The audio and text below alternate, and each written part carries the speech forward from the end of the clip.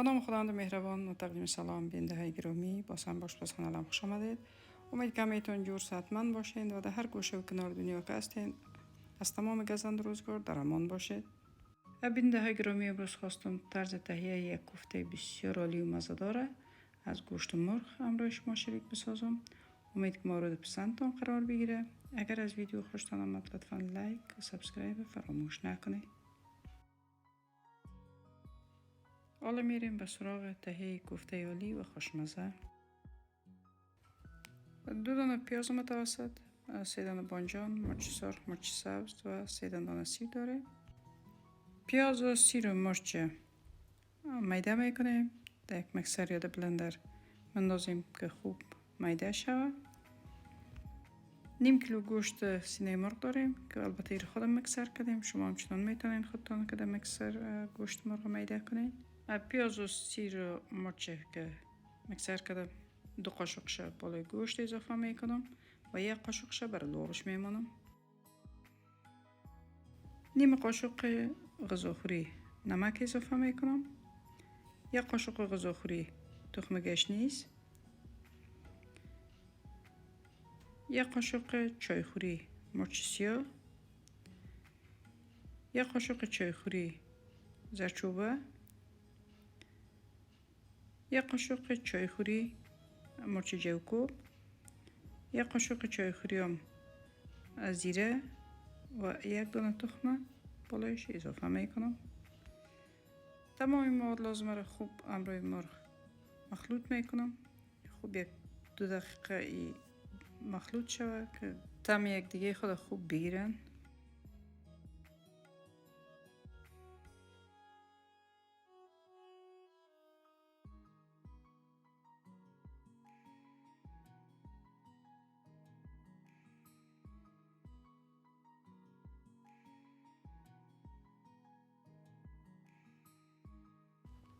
بعد از اینکه گوشت همراه مرچ مساله خوب مخلوط کردم، حالا کوفته را شکل میدیم که به میل خودتان است که کوفته چه قسم شکل میدین. باید دست خود کم آب بزنیم که گوشت دست ما نچسبه و ما به این شکل کوفته را شکل دادم.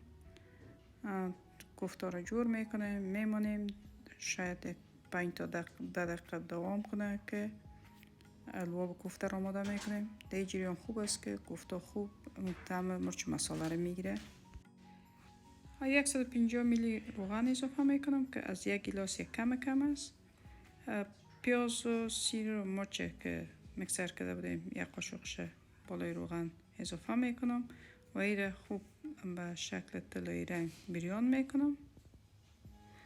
شما میبینید که خوب طلایی شد. 1 قاشق چایخوری زردچوبه اضافه میکنم، 1 قاشق چایخوری هم پودر تخم گشنیز است و 1 قاشق چایخوری مرچ سرخ.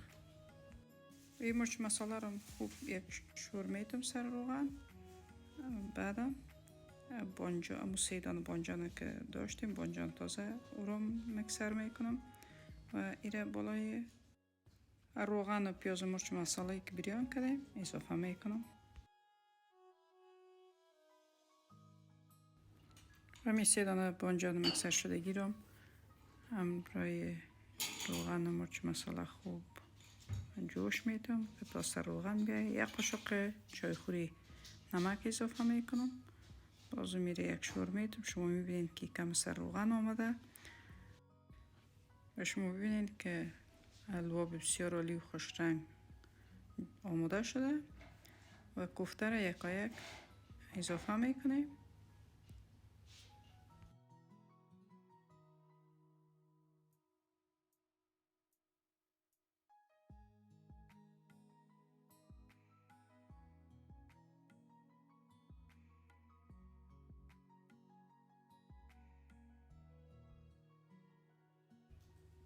تمام کوفته اضافه شد.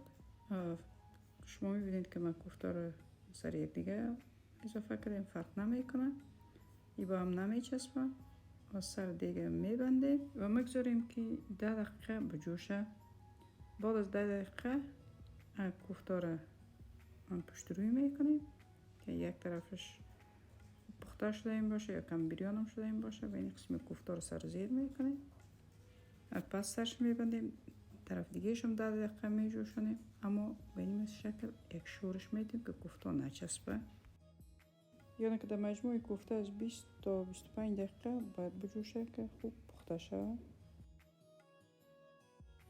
دوستای عزیز فراموش نکنین که حرارت بسیار کم باشه. شما میبینید که من گاز بسیار کم مونده، تا برابر یک شمع است. در غیر از او لعاب میسوزه یا بیخی خشک میشه. شما میبینید که کوفته آماده شد، بسیار عالی، بسیار فوق العاده آمده. حرارت خاموش میکنیم و در ظرف دلخواه خود میتونید کوفته را بکشید. سپاس فراوان از همه ازایی که ویدیوهای میبینن، لایک میکنن، مرا حمایت میکنن و ازایی که تازه از چینل میشن اون رو خوش آمدید میگویم. این بود برنامه امروز. امید که مورد پسند همه شما قرار بگیره. تا برنامه بعدی، خداوند یار و مددگار همه ایتان.